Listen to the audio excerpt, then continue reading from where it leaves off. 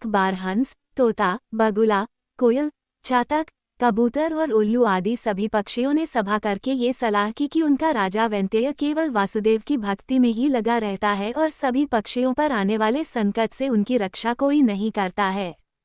इसलिए पक्षियों का कोई दूसरा राजा चुन लिया जाए और कई दिनों की बैठकों के बाद सबने सर्वांग सुंदर उल्लू को राजा बनाने का निर्णय लिया।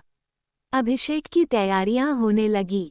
विविध तीर्थों से पवित्र जल मंगाया गया, सिंहासन पर रत्न जड़े गए, स्वर्णघट भरे गए, मंगलपाठ शुरू हो गया, ब्राह्मणों ने वेदपाठ शुरू कर दिया, नर्तकियों ने नृत्य की तैयारियां कर ली। तभी उल्लूराज राज्य सिंहासन पर बैठने वाला था, तभी वहां एक कौवा कहीं से आ गया। कौवे ने सोचा, ये समारोह कैसा, यह उत्सव किस लिए? सभी पक्षियों ने कौवे को देखा तो सभी आश्चर्य में पड़ गए और सोचने लगे कि कौवे को किसी ने यहाँ बुलाया नहीं था। फिर भी उन्होंने सुन रखा था कि कौवा सबसे चतुर राजनीतिक पक्षी है, इसीलिए उससे मंत्रणा करने सभी पक्षी उसके चारों इकट्ठे हो गए। उल्लूराज के राज्याभिषेक की बात सुनकर वह कौवा बोला, राजा का चुनाव ठीक नहीं हुआ है।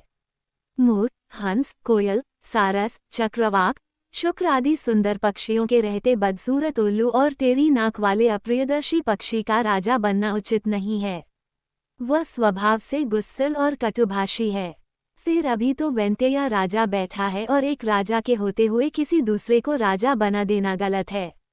पृथ्वी पर एक ही सूर्य होता है और वह अपने तेज से सारे संसार को प्रकाशित कर देता है। उसी तरह अगर अधिक सूर्य होते तो प्रलय आ जाता।